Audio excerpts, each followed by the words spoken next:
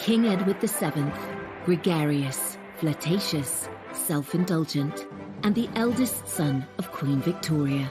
He was a big person, and he liked being quite debonair. He knew exactly what to say to people. He had a reputation for being able to put people at their ease. He dragged the United Kingdom out of the Victorian era into a shiny new century and inspired the Edwardian age. He's like a great big sunburst. This was Britain at the heart of a very, very wealthy empire. The Edwardians enjoyed a golden era. It is a time of great privilege and luxury. But no one ever thought Edward would be a success. They had very low expectations of him as a potential king. As king in waiting, he was written off as a useless philanderer with a long-suffering wife. The Prince of Pleasure, or Edward the Caresser. He does have lots and lots of affairs, lots of girlfriends. In this programme, we reveal the full extent of his scandalous private life. He's very happy to disavow Harriet in court, and that ultimately results in her being confined for the rest of her life in a lunatic asylum. How his beautiful wife, Queen Alexandra, stood by him. She was so tolerant of his misbehaviours, and maybe that also undermined her health. And ultimately, how this playboy prince turned it all around to become one of Britain's most successful and popular monarchs who saved the royal family. The monarchy was really not fit for purpose. Edward did manage to pull it back quite quickly. He was truly the first people's king.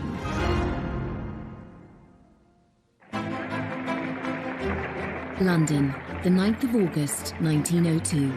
Coronation Day for the new King Edward VII. The ceremony marks the dawn of a new century and a new era of British royalty after 64 years of Queen Victoria. Edward's coronation was a huge affair. Much was expected of it, and really the eyes of the world were fixed upon London, anticipating this great event. He absolutely knew as king it needed to be one of those occasions with great ceremony and drama. And he made absolutely certain that he was the principal player in that story. King Edward was driven to Westminster Abbey, accompanied by his consort, Queen Alexandra, his wife of nearly 40 years. The ceremony wasn't filmed, but this fascinating footage reveals what it might have looked like. It was filmed more than a month beforehand in front of a charming painted backdrop of the Abbey.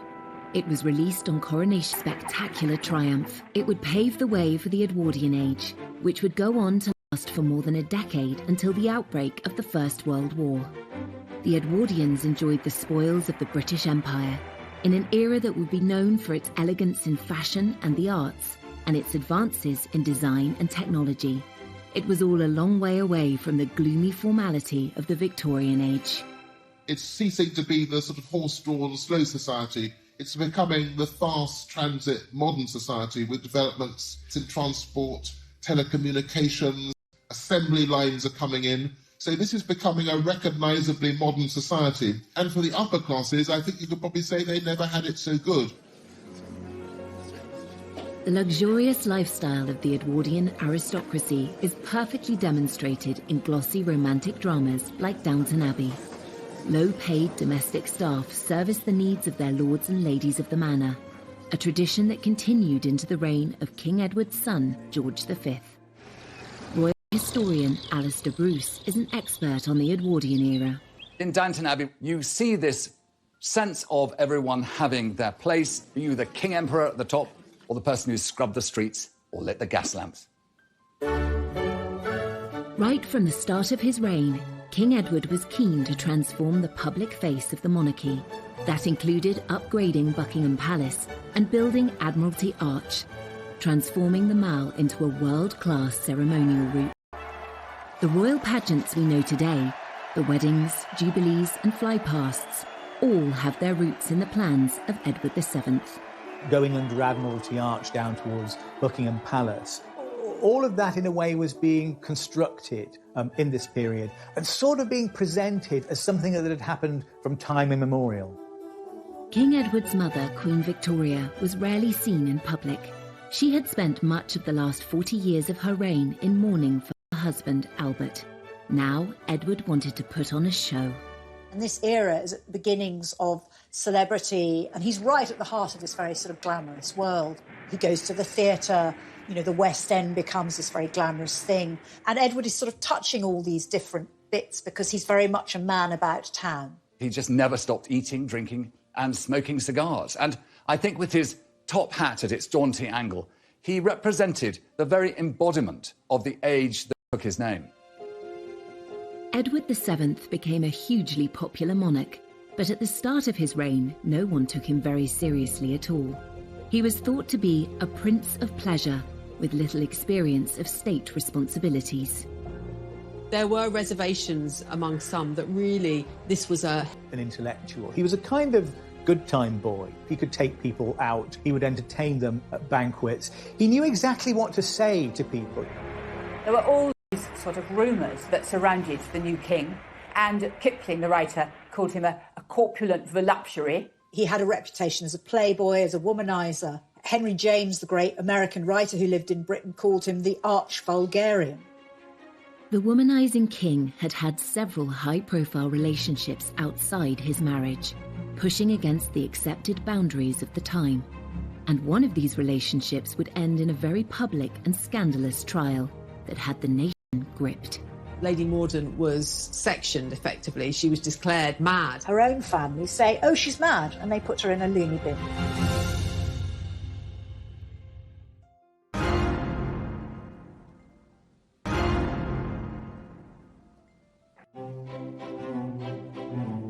Before he became king, Edward VII had a reputation as a carefree prince of pleasure with dozens of mistresses. Known to his family and friends as Bertie, his first encounters with women took place when he was just 19, at a time when Queen Victoria and Prince Albert kept the life of their son and heir under strict control. Throughout time, human beings will find their sexual expression, and that was no different for aristocrats and even princes of the royal blood. And yet, for Bertie, it was difficult because he had parents who established such strong moral codes into which he was actually a prisoner. His mother, Queen Victoria, despaired of Bertie's potential as heir to the throne. He was, to her, really a massive letdown, certainly compared to his father, Albert. And Edward really turned his attention away from the schoolroom and instead lived a life of pleasure. At the age of 19, in a break from his studies at Cambridge, Bertie was sent to train with the Grenadier Guards in Ireland. The Queen thought this might knock a sense of duty into him. Bertie, in the eyes of his family, makes his first really big mistake in 1861.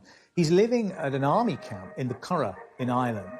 A kind of sexual prank takes place in that some of his fellow officers invite this woman, Nellie Clifton, the woman of easy virtue, and he goes in and he finds her in his camp bed, and he's very keen on this. And I remember when I was researching this and looking at Bertie's diaries, there's an entry around this time at which he says, NC first time, NC is Nellie Clifton, NC second time, NC third time. There was absolutely no question that the young prince slept with Nellie Clifton. But this was something that was complete. It was only natural that his fellow brother officers would give him the chance to discover his sexual identity too. And what human being of that generation, given that huge opportunity in relation to the prison he'd lived in, would turn it down? When Victoria and Albert found out, they were appalled and urged Bertie not to be tempted by women. They were also trying to arrange his marriage to Princess Alexandra of Denmark. Albert dreaded the effect of what he called Bertie's fall from grace on their wedding plans. With this incident, it was his great worry that the future king of Denmark would not allow his daughter, Princess Alexandra, to marry a broken prince. Albert needn't have worried. Bertie's engagement to Alex went ahead without difficulty. Living in different countries meant they barely got to know each other before their marriage. And they met for the first time in the Cathedral of Speyer, near Heidelberg. They got on very well. But of course, the wedding itself had to wait several years because she was young. Alex was 16 at the time, the sweet-natured oldest child child of Prince Christian of Denmark. She was famously gorgeous. She was very lively. She wasn't particularly bright or well educated, but she loved having a good time and she rode a horse beautifully. She was a lot of fun to be with. They married 2 years later in 1863 and were very much in love. Bertie was faithful to Alex at the start, and she had no idea he had a roving eye. But he was soon meeting other women, at first out of her sight in the brothels of Paris. He does have lots and lots of affairs, lots of girlfriends. Even after he gets married, he had a tremendous reputation in Paris for visiting brothels and going to the theatre and having affairs with opera singers and actresses. In Bertie's social circle, adultery was really a sort of recognised sport. Bertie may have thought, well, you know, they're all at it, why on earth shouldn't I? Bertie's adventures in Paris began in 1864 when he was 23, just a year after his marriage to Alex. We know that he went to a very classy brothel called Le Chabonnet. Our knowledge about this mainly comes from later years, when the fixtures and fittings of this very fancy brothel were sold off, and certain kind of objects become associated with Bertie. The prince is said to have used this chair to entertain 2 women at once. But this is a kind of 2-level construction. It has a kind of a platform at the top and a platform at the bottom, and it has handles. And it's quite hard, to be absolutely frank, to work out quite what you would do on this. It's believed Bertie also enjoyed the use of this silver swan Filled with champagne to entertain his ladies. Bathing in champagne seems a bit like the idea is probably better than the execution. Bertie may have pulled off these escapades in France without the knowledge of his wife or his controlling mother, but he had other relationships closer to home, which soon came to their attention. It's very hard to know how many mistresses Bertie had. There's hardly any letters, any correspondence from women is preserved in Bertie's papers. And this makes it very difficult to trace the exact nature of his relationships with all the women who were named. Bertie's favourite women came from aristocratic and celebrity backgrounds. He would meet them at society dinners, dances, and even at the theatre. We know he had very much a soft spot for Wagner, but we also know that he liked a more kind of rumbustious sort of theatre, the sort of theatre in which people showed their legs.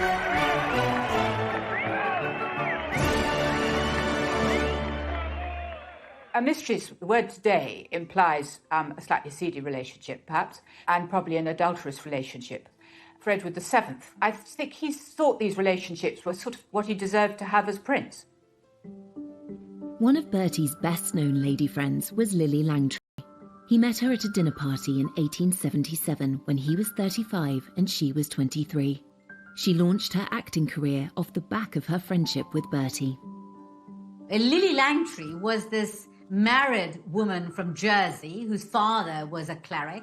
She arrived in London with her husband and very soon seemed to have charmed all of London society, including the Prince of Wales, who couldn't get enough of her. He showered her with very expensive gifts. They went to a party on board a ship, and the captain, for a joke, filled the cabins with laughing gas. And you can imagine that was a rather riotous occasion. When Lily wrote her memoirs, she played up her role as a royal mistress. But Bertie's surviving letters and diaries offer no evidence of a physical relationship. Really, a break came between them when she put a spoonful of strawberry ice down the back of his neck in public. And that was a line that she crossed, and the relationship really cooled after that. Lily had affairs with other young aristocrats and gave birth to a baby daughter outside her marriage. Bertie was quick to distance himself from Lily, but his intimate relationships with other women showed no signs of slowing down. His 30-year friendship with Lady Jennifer Churchill, the mother of Winston Churchill, started because Bertie was friends with her husband, Lord Randolph. One of the few relationships that's quite well documented, his letters to her survive because she'd come to luncheon. Very often there's a lot of sort of endearments, but it doesn't mean that this was a sexual relationship. In her lifetime, Jenny Churchill was rumoured to have slept with 200 men, but there is no hard evidence that Bertie was one of them. Winston Churchill is said to have asked her whether she thought she might be in with the chance of becoming the first lady of the bedchamber. The once close friendship between Bertie Lord Randolph Churchill suffered. One of the tensions in the relationship between Lord Randolph Churchill and Bertie was, of course, the fact that Bertie had this long-standing flirtatious relationship with Lord Randolph's wife. When Lord Randolph died of syphilis in 1895, Jenny sought advice in arranging his funeral. Among those she turned to was Bertie's wife, Princess Alexandra. Some of Bertie's mistresses were not unknown to Alexandra. They were from their mutual social circle. So Jenny Churchill did consult with Alexandra. This was about protocol, but it certainly shows this extraordinary attention at this time for preserving appearances. The minute there was, say, a court case because of a divorce, that led to, serious shutdown. But if it was sort of people were discreet, they could behave in quite an immoral way. One of Bertie's female friendships did lead to a divorce case and a serious scandal. It had begun in 1867 when he started calling on Lady Harriet Mordaunt. Her sisters were friends of Bertie's. Harriet Mordaunt was a young woman who was married off to Sir Charles Mordaunt, a rich aristocrat. Harriet was 20 and 12 years younger than her husband. When he went abroad on a fishing holiday, Bertie visited her in the country and watched her riding her 2 new white ponies. But Sir Charles came home early and found them together. Historian Anne Somerset is one of Harriet's descendants.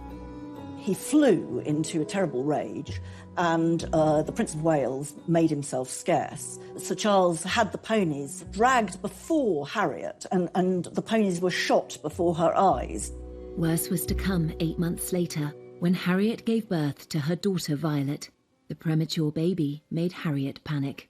The child sort of developed something slightly wrong with her eyes, and Harriet leaps to the conclusion that she's infected her with venereal disease. So she calls Sir Charles to her and she tells him that the child isn't his, that she's misbehaved with a number of men, including the Prince of Wales. Once again, Sir Charles flew into a rage. He ransacked Harriet's desk and found letters from several men, including Bertie. Bertie as witness, but in the end, rather than go to trial, Lady Mordaunt was sectioned effectively. She was declared mad. Her family, her own family, say, oh, she's mad, and they put her in a loony bin, rather than allow her to appear in court. Despite his wife's absence, Sir Charles pressed on with the trial. It led to lurid headlines in papers such as the Illustrated Police News, with Bertie tagged as the royal visitor.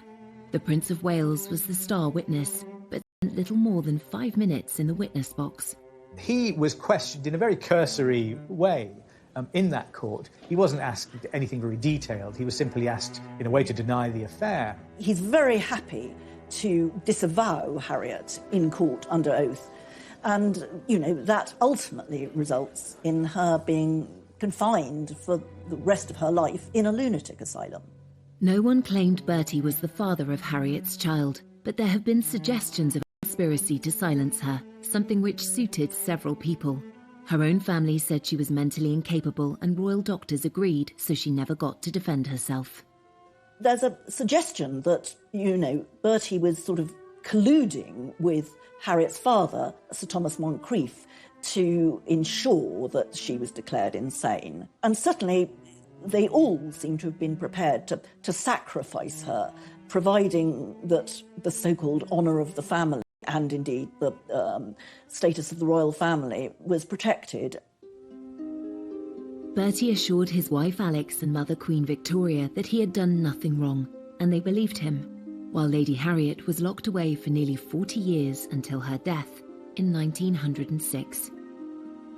In these sort of days of the Me Too movement, many people would feel more severe about him. I think, in all fairness, one should pay credit to his better qualities, his achievements as king, and how he actually sort of managed to be a very popular monarch. 30 years after the Mordaunt scandal, Bertie was crowned king. His relationships were so well known in society by then that they were amusing rather than scandalous. He insisted that a group of his former mistresses should be invited to the coronation. Accompanying Edward at his coronation was, of course, his queen. Alexandra of Denmark, but also a group of women, the king's mistresses, who were together in a pew that was dubbed the king's loose box. And so mistresses of long-standing, Jenny Churchill, Winston Churchill's mother indeed, and Alice Keppel. So long-standing mistresses of Edward were there at the heart of this establishment occasion. One wonders slightly what the atmosphere was like within it. Been a playboy all his life, a trend that would continue into his reign. And the excesses extended to other areas of his lifestyle too. His drinking, eating and smoking was infamous, and soon it would bring him to the brink of death. Let's not forget that this 48-inch chest, 48-inch waist, there is a kind of foul burst that comes from it that says there's been an abscess in his flesh.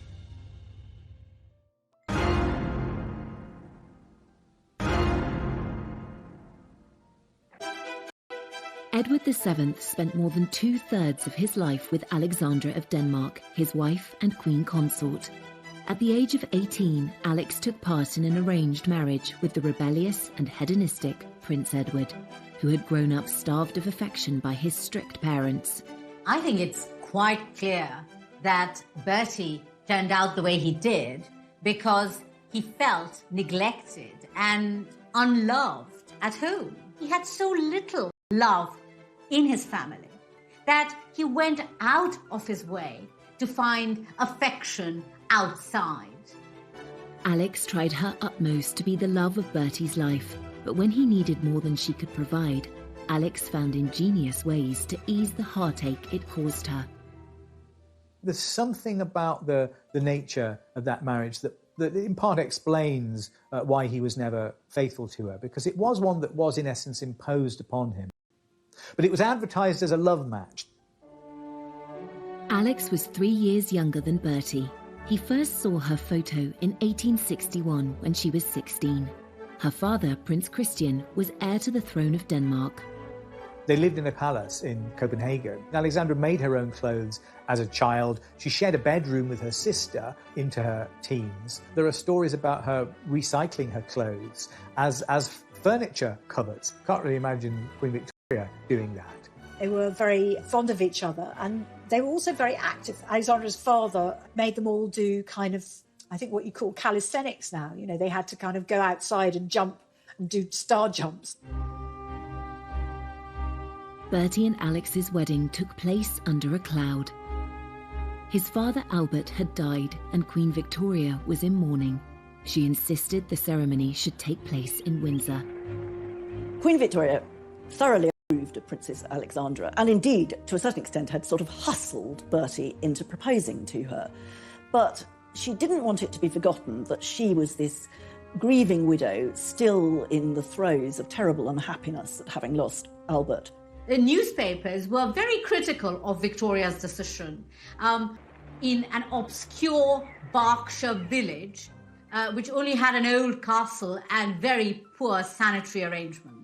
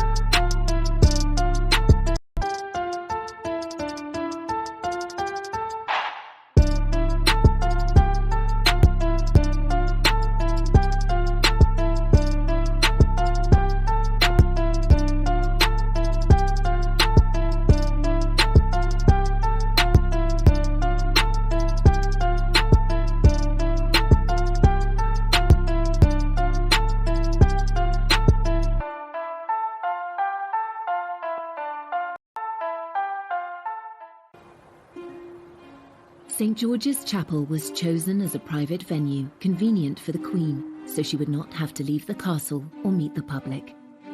Victoria sent word that the guests and bridal party should dress in colours of mourning. At least Alex was allowed to wear white.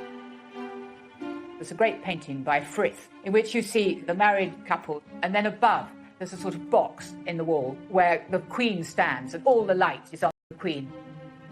The Queen's grief also taints the wedding photographs. She insisted that a bust of Albert should join them while she sat between the married couple.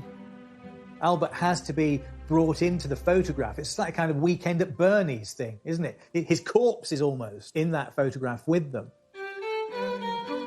Having cast a shadow over Bertie and Alex's wedding, the Queen would exert a similar controlling grip over their marriage. Though he loved his mother and wanted to please her, Bertie struggled to find a role for himself. She tries very hard to stop them from having dinner parties and tells them they shouldn't be going out, and that when Alexandra has her period, Queen Victoria wants to know about it and she shouldn't be going out. On her son and her daughter-in-law, and she refused to kind of give him access to cabinet papers. She really didn't want him to step up and play a role. There was the thought that Edward would, if he was given responsibilities, he wouldn't necessarily stick to them, or he would go off partying, or he'd show the papers inappropriately to other people. With no immediate royal duties to take up after their wedding, Bertie and Alex moved into Marlborough House on London's Pall Mall, a stately home less than a mile from Buckingham Palace. The young couple became the toast of high society. When Bertie and Alex sort of plunged themselves into the social world, it was very exciting. Invitations to Marlborough House were hotly coveted. The Marlborough set, the people associated with them. There's a sort of frat house kind of atmosphere, I think. Everybody stays up late, they play billiards, they drink quite a lot. Bertie and Alex were London's most fashionable couple, and Alex soon established herself as an influencer. Society women rushed to follow her example. Alexandra had an incredibly good figure, and she loved clothes, and she had an actual sense of what looked good.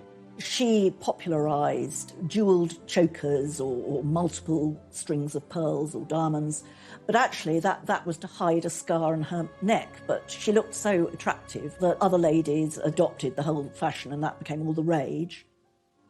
Alex also had a positive influence on the reputation of the royal family. She was a person who worked through persuasion rather than by aggressive argument, but she found ways of making her own way. Alex was soon boosting the royal couple's reputation around the world. When they visited Egypt and Turkey, she was paid a great honour by one of the world's most influential leaders. One of the great powers at the time was the Ottoman Empire. And of course it was Muslim at heart, and the Sultan who ruled it was one who observed all those ancient strictures of his faith. And yet a very special opportunity was given to Alexandra to be his guest for dinner. Now, this was incredibly rare. It was actually unheard of. And yet, because I think she had set such a fine example, she was always so adroit in her behaviour, and she was always so poised, that the Sultan expressed his own affection for the United Kingdom and the power of the British Empire by giving this very single privilege. The Prince and Princess of Wales had 6 children, 5 of whom survived into adulthood.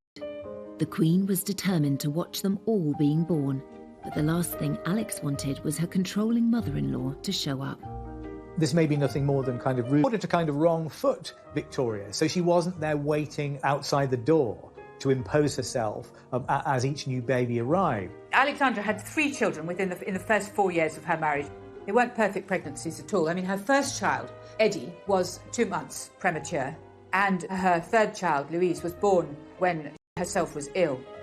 At the time of Princess Louise's birth, Alex was so ill with rheumatoid fever that rumours of her imminent death began to circulate. The Times newspaper had to publish an official denial. The severe pain in her knees and legs meant she could only sleep with the help of opium or laudanum. Alex was also hard of hearing, and her illness made it worse. As Alex grew older, she was almost stone deaf. And she also had a limp and she was therefore very conscious in public, and she couldn't sort of participate in, in Bertie's vigorous social life of dancing and parties. Alex was determined not to be overwhelmed by her health problems. Once she'd recovered and resumed her role as Bertie's rock, she found ways to create a rewarding social life that meant she could avoid his late nights out.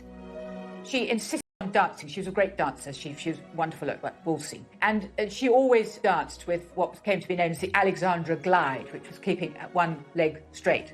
She developed a limp, but she limped so gracefully that other ladies actually sort of started copying her and affected a slight limp themselves. Alex preferred the quiet life at Sandringham to noisy London society. She loved Bertie, despite his affairs, and grew to accept the life he led in London with other women. Bertie couldn't manage without her and always went home to his wife and family.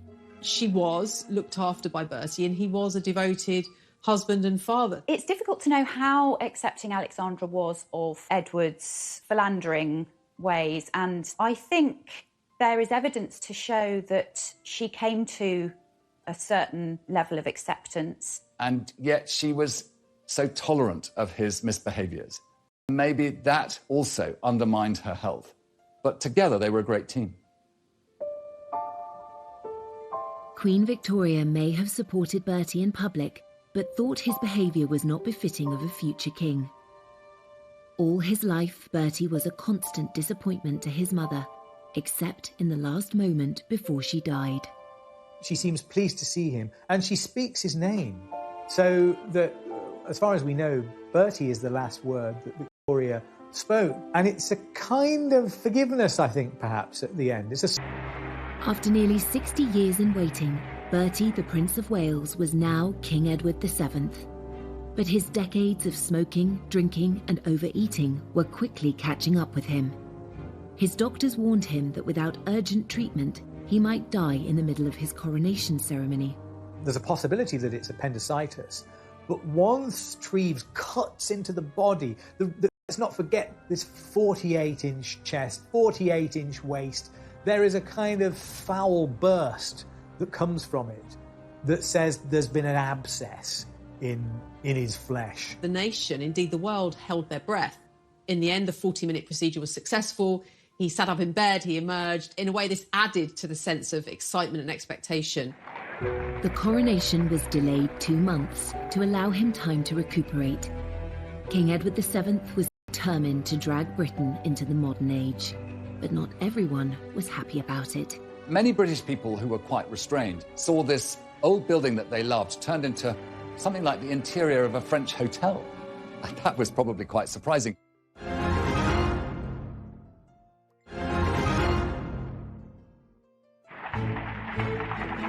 When Edward finally became king, he was determined to modernise the monarchy.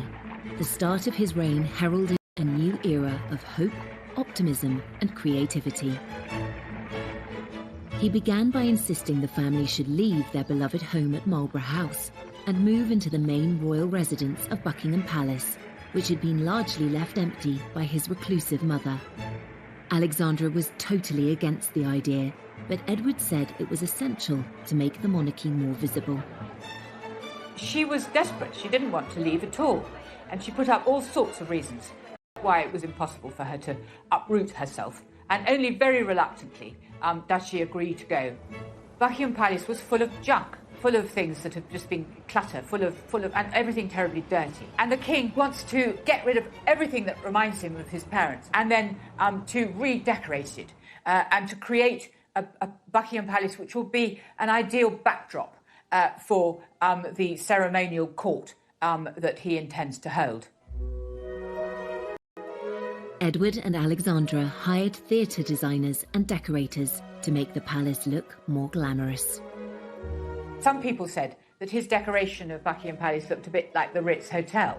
It was all red carpets and gold leaf. But all the same, it did give the sort of theatrical appearance that he wanted to give to his monarchy. Many British people who were quite restrained saw this old building that they loved turned into something like the interior of a French hotel. And that was this new era. And King Edward VII used Buckingham Palace and all these new ideas to be at the forefront of a new empire and a new way. It really was a case of kind of recharging, rebooting the monarchy. And he really did hit the ground running. And it was about getting rid of the old and bringing in the new in many ways. He immediately shows that he's going to embrace a completely different style of kingship. You know, Queen Victoria had basically hidden herself away for decades, and she very reluctantly came out. He's like a great big sunburst, basically. He is bringing monarchy into the 20th century, and it's going to be visible, and it's going to be glorious and gilded and splendid. This ceremonial side of the monarchy was right at the top of Bertie's agenda. The opening of his first parliament in 1901 was the perfect occasion for him to create a public spectacle. This was a really important act because it marked a real break with what had happened under Queen Victoria. Queen Victoria, particularly in the last 40 years of her reign after Albert's death, very rarely opened Parliament. With Edward, all that changes. He goes to Parliament in a marvellous coach, wonderful horses. He's wearing, you know, all his sort of robes. Alexandra sitting next to him in mourning, but looking absolutely marvellous, as only she could do. When he gets to Parliament, the King reads the speech himself. And this is a very important sign that the monarchy is going to play this very sort of ceremonial position within the Constitution. So here we have him basically saying, you know, it's now different. I am going to be a very present kind of monarch. And yes, of course, he kind of cleared out some of the furnishings of Victoria, who, of course, you know, his mother, she's been queen for decades. So, you know, there was a lot of stuff to sort out. Totally unlike his excessively private mother, Edward wanted the public to see the changes he was making. Edward VII was perhaps the first monarch to realise the importance of not just doing the job, but being seen to be king, to be constantly in the public view, to be constantly photographed, which was now becoming possible. So his legacy, perhaps, was his understanding of the importance of being a king who could reach out to his people, who could be seen sort of driving in his car through crowds of people, waving and being amongst them. He was very conscious that he must show himself, be accessible to his people, and not hide himself away, as his mother had done all too often. The king needed to be seen, to be believed, and Imperial Britain felt that it needed spectacle to seduce the masses, really.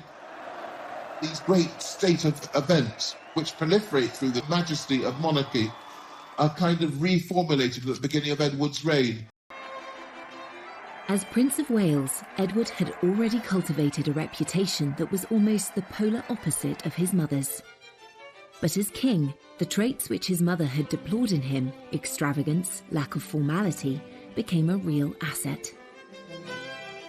I think there's one way in which you can really see Edward as embodying the spirit of his age, and that he is, in a way, a kind of anti-Victorian. That whole decade is shaped by the desire, I think, to put the 19th century behind it. There's a kind of disgust for the Victorian that is very apparent in the early years of the 20th century and became even greater later. And in a sense, that whole era is rebelling against Victoria, is trying to make a break with her, just in the way that he also tried to expunge the Victoria from his life once she departed the picture. Here was something new and a chance to be breaking free of all that constraint, all that endless British expectation of good behaviour. This was a new king who represented that burst of joy, burst of change, and opportunity for the aristocratic classes to have their great time in the sun. And the ebullience that had perhaps got him into trouble became the very element that made him the success he was. The king loved the new technology that was coming on stream, and he was personally involved in a major moment in international communication. When the first transatlantic radio message is beamed by Marconi, the sender is Teddy Roosevelt, the recipient is Bertie. That's part of the story of the special relationship, the fact that this Morse message goes across the Atlantic and goes from Roosevelt to Bertie. When he received a message from the President of the United States, it was the start of something exciting and new in the 20th century. And of course, he was the first great monarch of that century. This was also the era of the motor car, which gave individuals such freedom to roam. But this exciting invention was a status symbol that only the rich could afford. He was a great aficionado of it. He loved being driven around. I mean, they must have been terrible, smoky old things. But he was determined to represent the creative empire that he was king for. And after all, Britain had brought the world the Industrial Revolution, and its success as a trading nation depended upon its capacity to stay at the forefront of all ingenuity and technology. And he recognised his role in that. In this era of exciting technological advancement, the Edwardians also adopted radical new look, and Edward himself was regarded worldwide as an arbiter of men's fashion. When Edward VII became king, it was a time when gentlemen of his station would change no less than 7 times a day. And so dress and clothing was very much a part of the apparel of kingship. And there was a lot to cover. He was a big person, and he liked being quite debonair, quite ebullient in the way he chose to dress. He also set another trend which still holds today. The tradition of having the lower button on a waistcoat undone. Again, that was Edward's invention as a product of his large stomach. It's still something that you're told to do if you get married in a suit from Moss Bros. And it's said that he's the founder of this tradition, and it's slightly a way of disguising the fact that his belly is kind of bursting through this garment. For the ladies, voluminous skirts were out and the Gibson girl was in. Named after an American artist, this embodiment of the ideal Edwardian woman was slender, with an ample bosom and hips, and hair piled up on her head. It's a period of great change in women's fashions. That Gibson girl look, with the waistline going higher and the neckline going lower, and all of those enormous picture hats that would have been a great annoyance to anybody in the cinema, I think, or in the theatre. The actual materials that were being used to craft these fantastic ensembles was very much about creating a sense of richness. It is an era that really celebrated innovation in terms of fashion, using chemical lace, using machine-made objects, using garments that were made. It's really the beginning of the fast fashion era of mass manufacture, and so there's a great sense of new designers, new in all sorts of different ways, that punctuates it as a very exciting decade in fashion.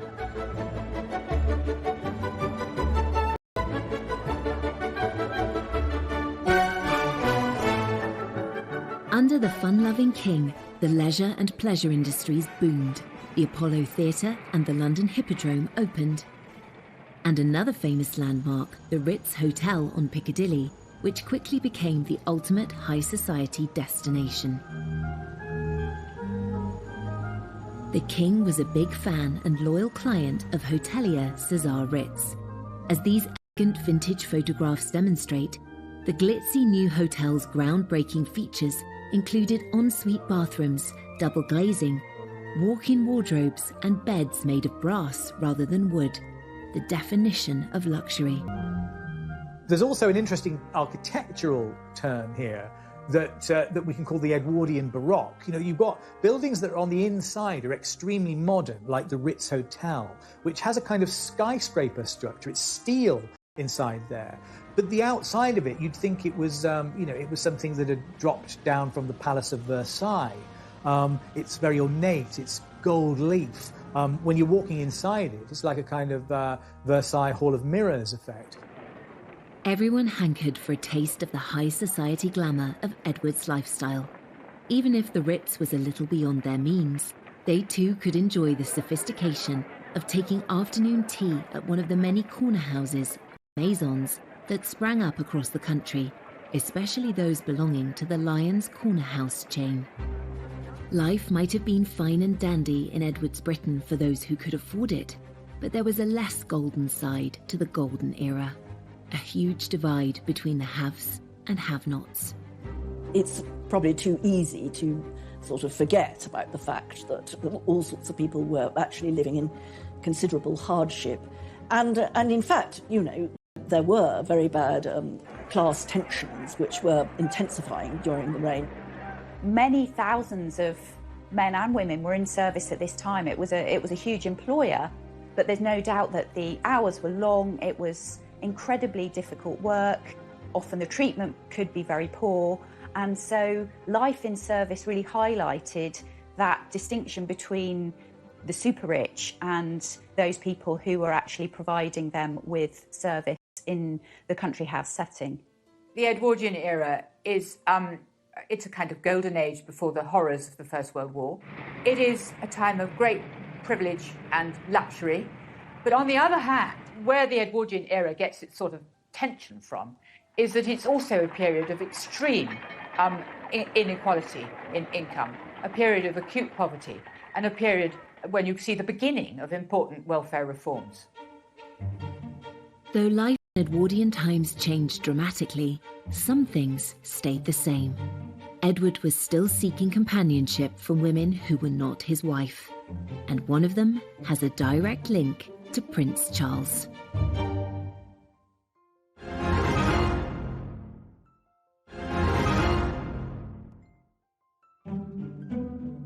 Bertie had strayed throughout his marriage, and that didn't change when he was king. And one woman had the dubious honour of becoming known as his last mistress. Alice Keppel was famous before she started her affair with Edward, because she was, dinner parties were a hot ticket because lots of politicians and, famous aristocrats would be there. People are made to understand that if they want to have the king to dinner, or if they want to have him to stay, Mrs. Keppel must come too. So she constantly accompanies him, and she has a very good effect on the king. She was able to put him in a good mood. If you wanted something out of the king, the best thing was to ask Mrs. Keppel, and she will get the right answer. She was witty, she was quick, she was interested in politics. She was able to act as a kind of bridge between the king and some of the liberal leaders with whom he didn't get on very well, people like Lloyd George.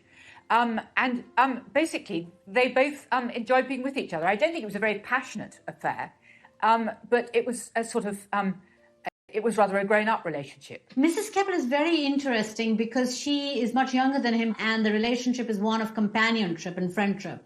I don't think it is necessarily the same sort of sexually promiscuous relationship that he may have enjoyed in his youth. There's an interesting way that history repeats itself in the relationship between Bertie and Alice Keppel, because, of course, two direct descendants of those people are Prince Charles and Camilla Parker Bowles. Camilla, the current Duchess of Cornwall, happens to be the great-granddaughter of Mrs. Keppel. It says something about what I'm going to call a kind of class consciousness that goes down the generations here. These are people who are all from the same part of society. They all had relationships with each other. Those lines of descent follow, and all their great-great-grandchildren still all know each other. So I think it says something about a kind of continuity of social life, and possibly a continuity of mores from the beginning of the 20th century to the end of it. Two women played a crucial part in shaping the king Bertie became. Mrs. Keppel helped him to broker his relationships with the leading politicians of the day. Meanwhile, his wife Alexandra was by his side on big state occasions, helping him wow the crowds and also throwing herself into charity work. Alexandra was strong-minded, and she had a very strong sense of dress. And she also had a sense of theatre. The night that mourning for Queen Victoria was due to end, there was a court ball, and she was repeatedly asked if ladies were still expected to be in black. And she was very evasive. She managed not to give any sort of answer. So the lady guests took the decision to play safe and all came dressed in black. Suddenly the doors open and Alex enters looking sort of radiant, stunning, all in white with diamonds and sort of so bright plumage, whereas all the others were like sort of dowdy crows. Her lady-in-waiting described it as that she was shining like a star in the night sky, and it was a declaration of her prominence, that she was, compared to the London ladies, as she called them, she was the most prominent woman in the room. As Bertie continued being unfaithful to her, Alexandra found all manner of ways to communicate her displeasure. Alexandra was clever at managing Edward and punishing his indiscretions fairly subtly. She was deeply hurt and often humiliated by Bertie and his shenanigans, especially because it was impossible to keep it private. And one of the ways in which Alex responded to her husband's affairs was to take herself out of the picture almost completely. You know, she traveled to visit relatives in Denmark or Russia, or traveled in the Mediterranean, making it very clear that she wanted to distance herself from her husband because she disapproved of his actions. And there was another surefire way to put him in his place. He's obsessed with punctuality, and she is constantly, blithely, infuriatingly late for everything. The idea of keeping a king waiting is completely unacceptable. But Alexandra knew exactly what she was doing, and she would appear looking absolutely wonderful, and the king would fume, and the point would be made. But despite the friction over his affairs, the relationship between Bertie and Alex had lots of strengths. There are plenty of eyewitness accounts of great fondness, almost a sort of jollity, really, going on between them. They enjoyed each other's company. They were good-humoured in each other's company. I think, in a way, it's a surprisingly functional relationship, given the circumstances, and a relationship of some complexity. There doesn't seem to have been much agony in it, if I can put it like that. Aside from her mischievous attempts to punish her unfaithful husband, Alexandra threw herself into charity work. Alexandra has an extraordinary sort of innate sympathy. A bit like Princess Diana, she was able to visit hospitals, to talk to everybody she could see, to shake people's hands, to cheer them up. She helped raise funds to fit out a hospital ship named the Princess of Wales that was used to bring back wounded soldiers from the Boer War. She brought a sense of responsibility and kindness to the monarchy. Queen Alexandra, in her own quiet and dignified way, which was compassion, that sense of the charitable, and the loving nature of a state that was in its own way becoming more liberal and more aware of those who needed help.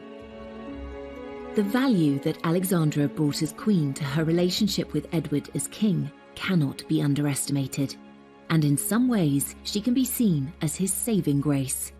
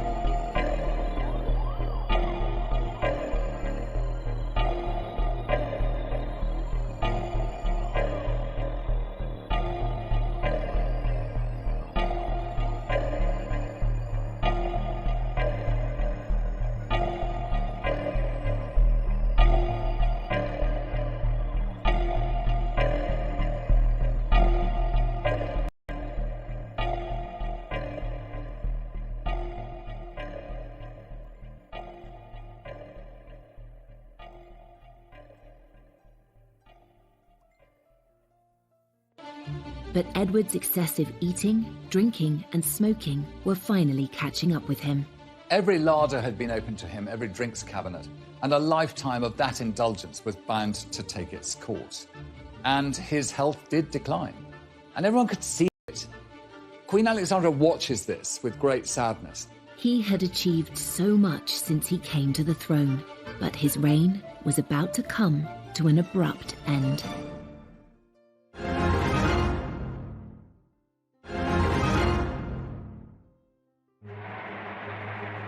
Edward VII was the first king to foster a truly public persona and to be toppled from their thrones.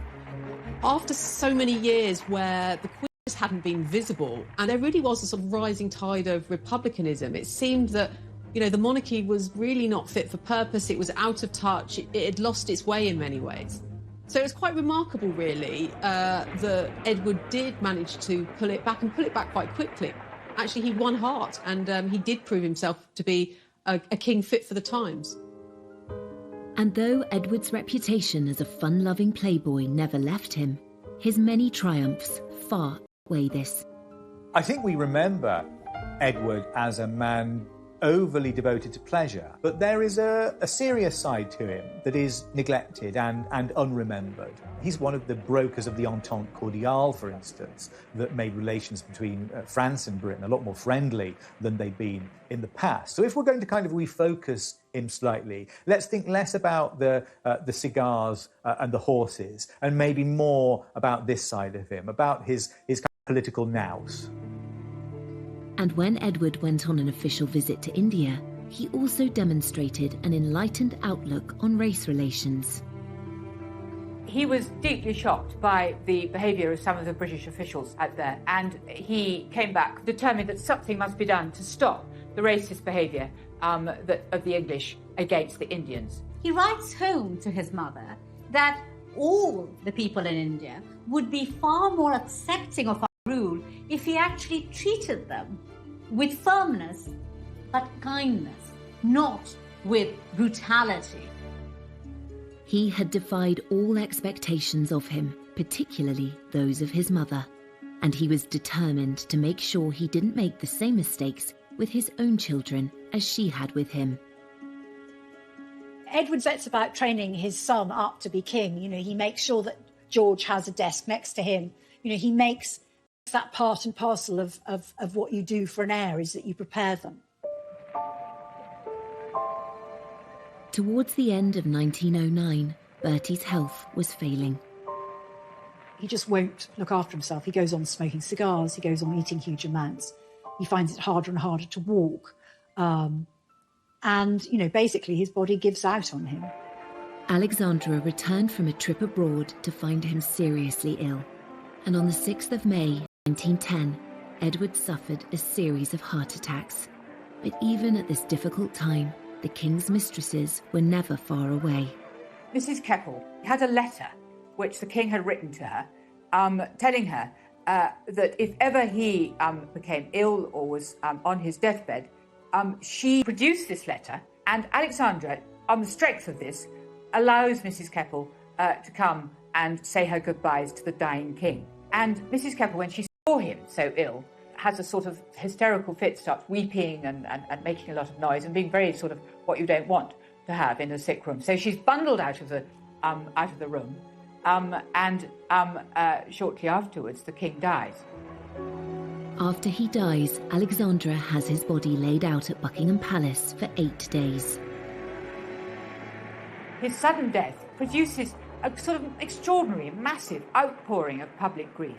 The shops are all draped with black, people are in tears, and his son George makes the decision Edward VII should lie in state.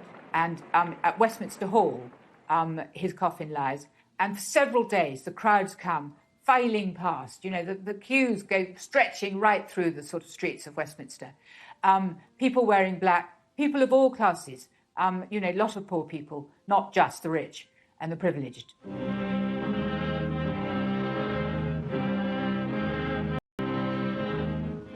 Predictions he would be a terrible king had been proved totally wrong.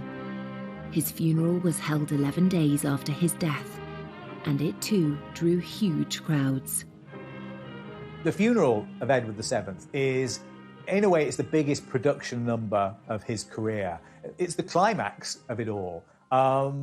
He has been the person pushing for this kind of monarchy, this highly ritualized, spectacular version of monarchy, where all its processes are attended by a sense of choreography.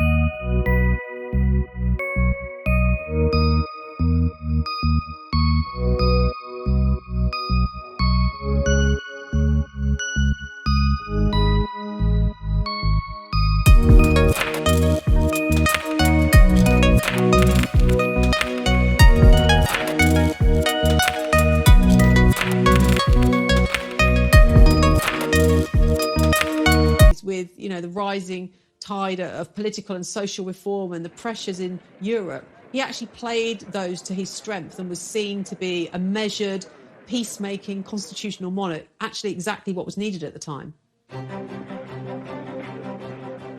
After less than 10 years on the throne, Edward VII created an impressive legacy. And what of the era that was named after him? When people look back at that time, there is, at one level, a great deal of nostalgia for a lost age of long, lazy afternoons punting on the rivers and evenings spent in, going to the theatres or the music halls in London. He reigned during a remarkable period of flux, and it's left us with romantic impressions of high society living and a touch of bygone luxury that we all secretly long for.